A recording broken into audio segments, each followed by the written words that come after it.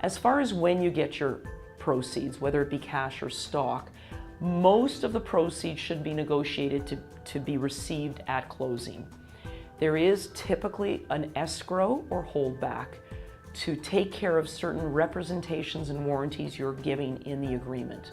We like to negotiate that as low as possible, obviously, when we're acting for the seller, and typical range would be 10 to 15% of the entire purchase price is held back.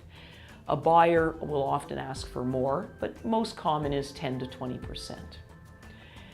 That escrow is really security for the buyer, because you as a seller and your company will be giving these representations and warranties that there's no litigation, your employees are all paid up, there's no past employees who have any claim over the company, that you have intellectual property agreements from everyone, that you own all your IP, and the reps and warranties go on and on.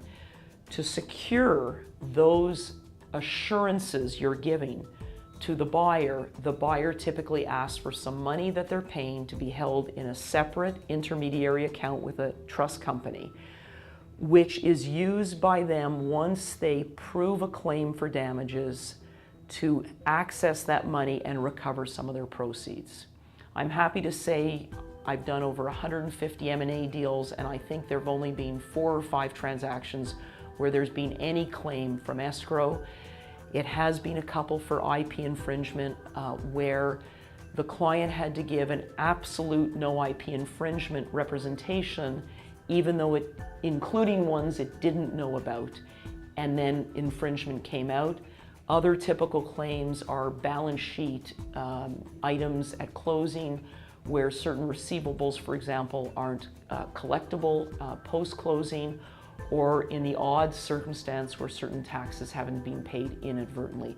But generally, these escrows are there to protect the buyer as a bit of insurance, but generally get released back to the sellers either 1 to 2 years after closing. We can go as short as 6 months and as long as 2 to 3 years.